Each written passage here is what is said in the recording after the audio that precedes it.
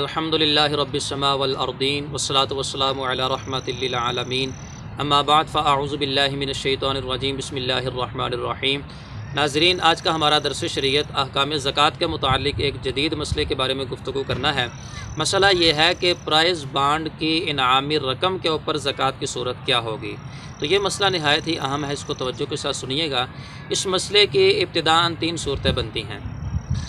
पहली सूरत तो ये बनती है कि एक आदमी पहले से ही मालिक निसाब था, वो 52.5 तोले चांदी कम अज़ कम उसकी हाजात असलिया से अलावा कर्ज़ के अलावा उसके पास ज़ायद पड़े हुए थे। तो साल मुकम्मल होने से पहले पहले उस बंदे को प्राइज़ बांड का जो इनाम है ये वसूल हो चुका। तो अब जो ही प्राइज़ बांड का इनाम उस बंदे को वसूल हो चुका तो ये भी उस माल के साथ इसको मिला दिया जाएगा और कुल माल के ऊपर बंदा 2.5% के हिसाब से ज़कात अदा करेगा। और दूसरी सूरत यह है कि उस बंदे को माल जो मौसूल हुआ है, प्राइज़ बांड की जो इनामी रकम है, वो जब मौसूल हुई तो जो पहले उस बंदे के पास माल पड़ा हुआ था उसके ऊपर साल गुज़र चुका था, उसके बाद इसको इनामी रकम जो है वो वसूल हुई। तो ऐसी सूरत के अंदर देखेंगे कि प्राइज़ बांड की जो इनामी रकम है वो निसाब की मिकदार को पहुँचती है या नहीं, और उसके ऊपर साल गुज़र गया या नहीं।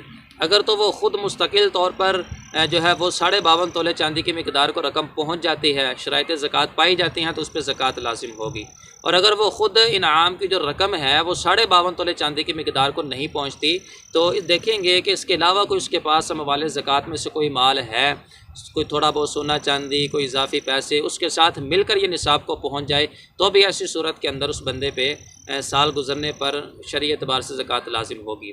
और अगर तीसरी सूरत यह है कि उस बंदे ने प्राइज़ बांड का जो इनाम है वसूल ही नहीं किया, या ये है कि उसका इनाम लग चुका, उस बंदे को पता ही नहीं है कि मेरा इनाम लग चुका है, तो ऐसी सूरत के अंदर अगरचे इस इनाम वाली रकम के ऊपर साल गुज़र चुके, कई साल उस पर गुजर चुके, तो गुज़िश्ता सालों की ज़कात लाजिम नहीं होगी।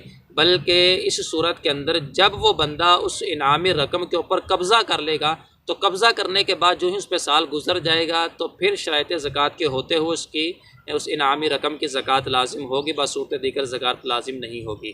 क्योंकि जो ही इस बंदे का इनाम लग चुका, इसको अगरचे पता नहीं था लेकिन इसका जो हक़ था ये उसके मुतालिक हो चुका।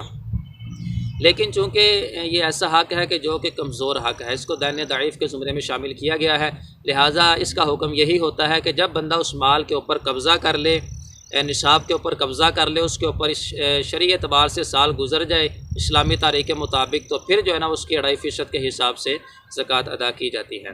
अल्लाह ताला हम सब को शरीयत मुतहरा के अहकामात को तवज्जो से सुनने अमल करने की तौफ़ीक़ अता फ़रमाए। आमीन बिजाहि नबील अमीन सल्लल्लाहु अलैहि वसल्लम।